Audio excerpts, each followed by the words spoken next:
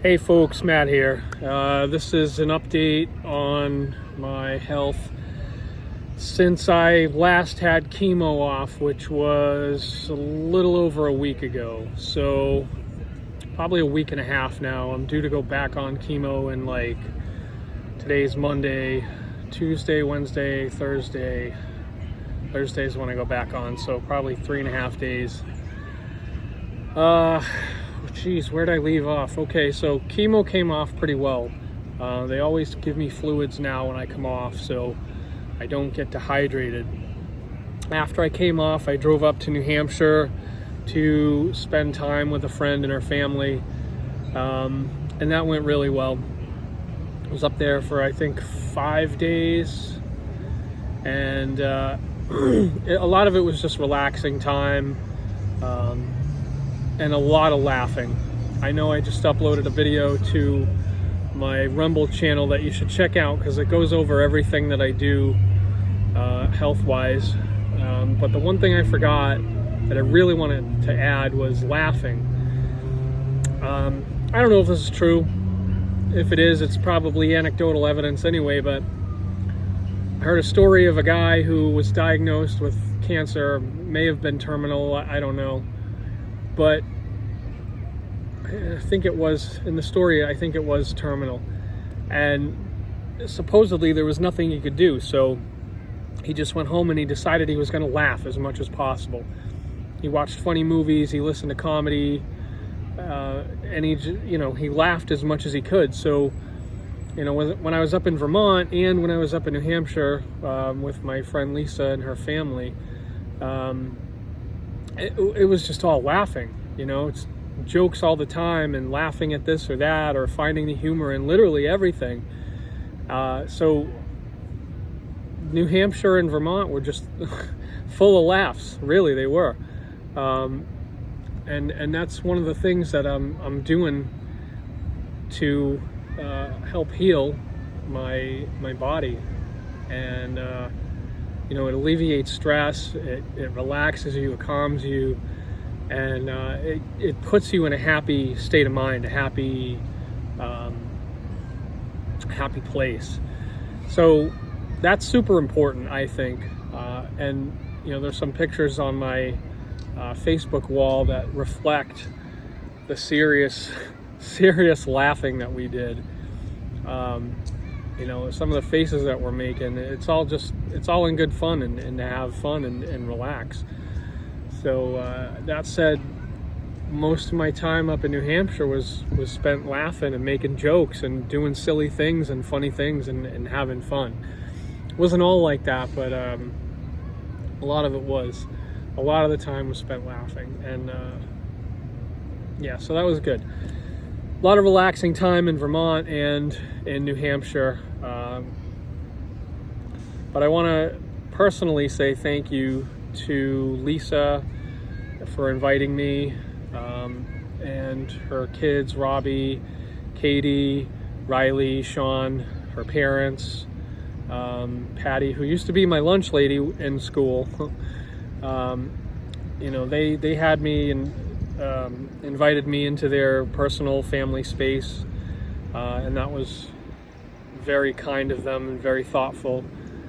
They all kind of knew what I was dealing with when I showed up. Lisa had told everyone. She told her kids as well, and Katie took it really hard. And I told Lisa, I'll have a talk with Katie when I get up there, and I think one of the best moments really for me up there was having that heart-to-heart with Katie. I had met her kids for the first time 2 summers ago, and we just played at the pool. They rented a campsite or campground for the day, and there was a pool there, and I just ran around with the kids and threw them in the pool, and had water balloon or water gun fights or whatever, and it was fun. So they remember that about me, and so there was a little bit of that connection a couple of years ago, but it was just for a day. or two, maybe two, or I don't know. I think it was a day. But yeah, so Katie took it hard, and I had a real heart-to-heart with her, like that I need her to be positive for me. She can't be thinking negatively about me, and this goes for anyone, please. Like, when you think about me, think positive thoughts. Don't think, oh shit, Matt's dealing with cancer, blah, blah, blah. You know, think Matt's doing absolutely everything he can do, everything within his power to fight his cancer. And, you know, these are words that I said to Katie too.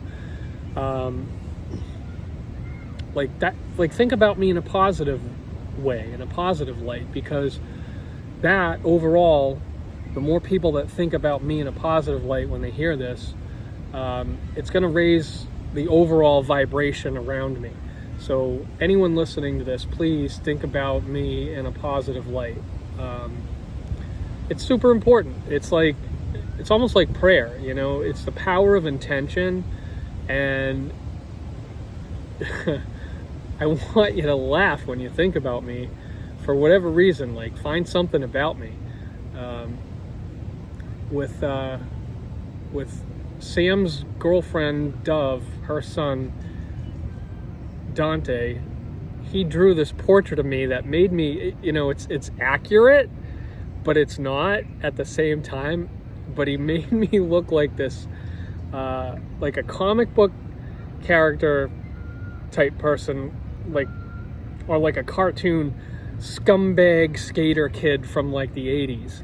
And it's so not my personality, but it's so funny how he got like the physical features, like the dark circles under my eyes that I had, the earring, the suicidal tendencies hat, like, you know, he nailed it, and it was just so funny.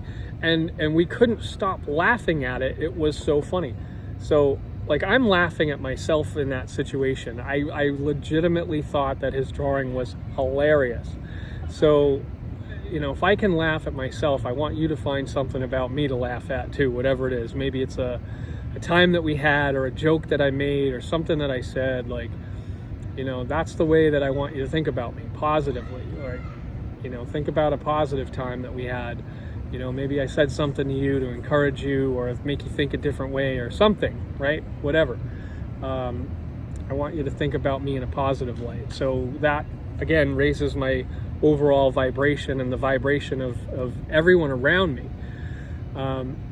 That, I think, is going to also be key in my healing. So, you know, from the bottom of my heart, I request anyone watching this to think about me in a positive light, just like I asked Katie to do.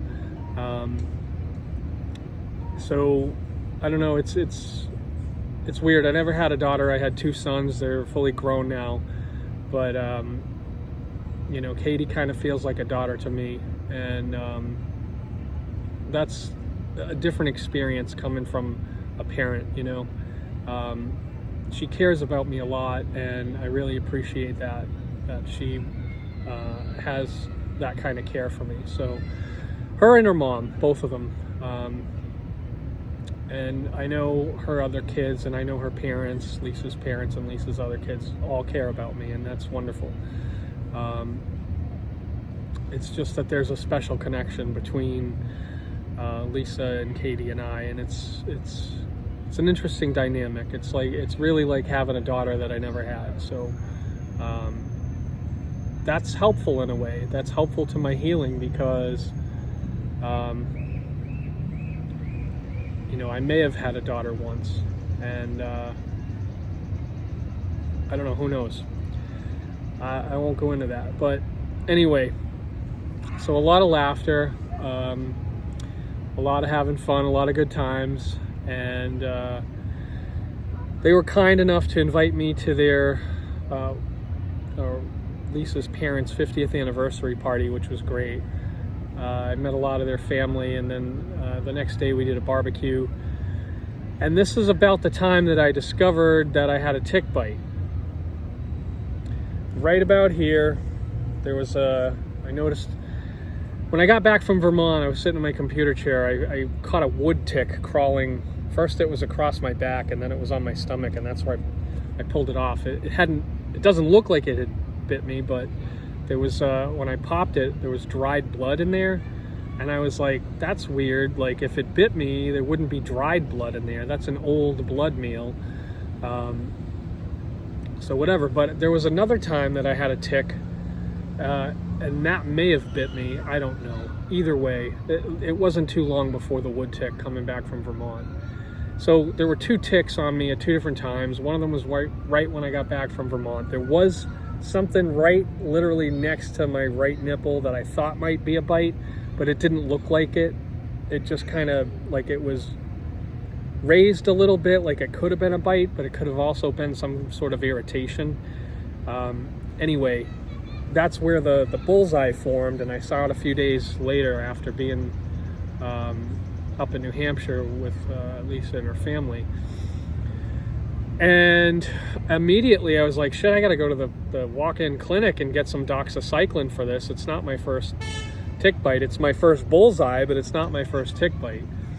And I was worried about how this was going to affect my my cancer treatment, my chemo treatment, because now I have to be on this medication. I have to be on doxycycline.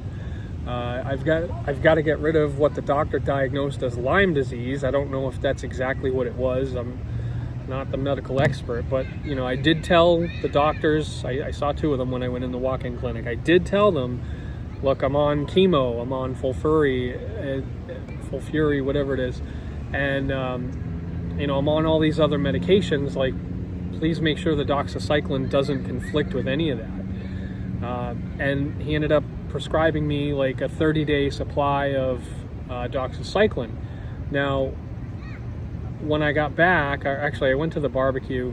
I didn't know what I was going to do, but I ended up going to the barbecue and just kind of chilling out in the shade, because when you take doxycycline, you shouldn't be in the direct sunlight. So I was hanging out in the shade. I was texting my aunt a little bit, and she looked up like doxycycline and cancer, right? So it turns out that doxycycline, when you mix it with vitamin C, and you know, you should mix it with like a pure form, a natural form of vitamin C, like sauerkraut. The supplement stuff in orange juice doesn't work as well, but anyways, if you mix doxycycline with vitamin C, that can kill colorectal cancer stem cells. So here I am thinking like this tick bite's gonna all mess me up, and in fact it may have been some sort of blessing in disguise. I don't know. So I've got a 30-day supply of doxycycline, and after that I'm going to get some more doxycycline, either through a prescription or from a website that sells it. And I intend to keep up with that regimen as well, since it doesn't interfere with the with the chemo treatment. So that's another weapon added to the toolbox, right? And that came out of the last couple of weeks. Health-wise, I still feel strong. There were some side effects mentioned about fenbendazole, and the side effects include like intestinal cramping or gas or something. I don't have any of that. I don't have any of those side effects. I don't feel anything like that. I don't feel any side effects at all from that. So for me, I'm taking 444 milligrams a day, and I do it every day. There have been different regimens that have been discussed, and some of them call for like do 3 days on, 4 days off, or 4 days on, 3 days off, or 5-6 days on and 1 day off, different things like that. But I'm taking it every day, and I don't notice any kind of side effect at all. So that's just my personal experience. Hopefully this video doesn't get, you know, censored by the platform, but if it does, I'm gonna put this on Rumble anyway. But yeah, so I'm staying strong. I really am. I'm staying strong. A good friend of mine, Derek Gunn, started a GoFundMe a GoFundMe for me. And it means a lot. Obviously, I'm a little choked up here, but it means a lot when someone does something like that for me. It was really hard for me to reach out and ask anybody for help. They reached out to me for that, and at first I was reluctant and didn't want to do it. And then more people said I should do it, and so here we are. The GoFundMe has been up for 2-3 days maybe, and on the page there have been, I think, $1,100 or so dollars, last I checked, donated to me. Thank you very much, everyone who's donated so far, and thank you to anybody who will donate to me in the future. But there have been 2 other donations that have come in. Between my aunt and my uncle, they put in $400 each. That's an $800 donation. That was to me privately. And also, I received a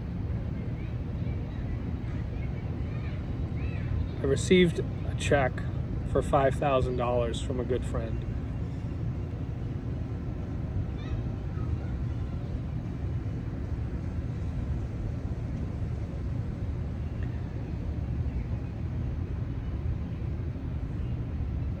It's good to know that I have that much value to someone. I know that not everyone can make that kind of donation, and I'm thankful for anything and everything that people donate, even if it's a share or a prayer.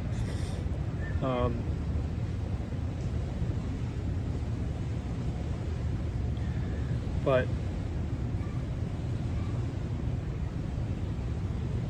kind of makes you reflect on the value that you have to other people, you know.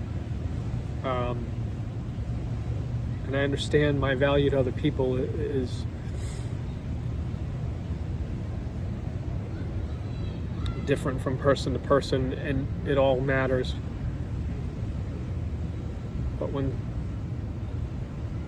the sign is that significant, you really take a second look, you know.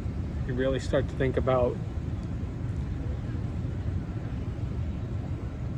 what your life means, and not only to you but to others, obviously. But if my life is worth a donation of any size to anyone, then it's worth doing what I'm doing, fighting and continuing to take care of myself.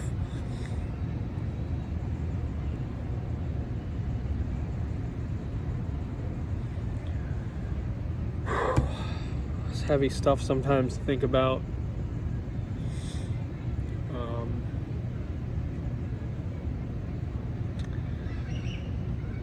Yeah, it's heavy stuff. I've been noticing some other channels on YouTube where people are talking about their cancer, and I see some people that don't make it. And I don't know what they've tried or what they haven't tried or what their attitude was.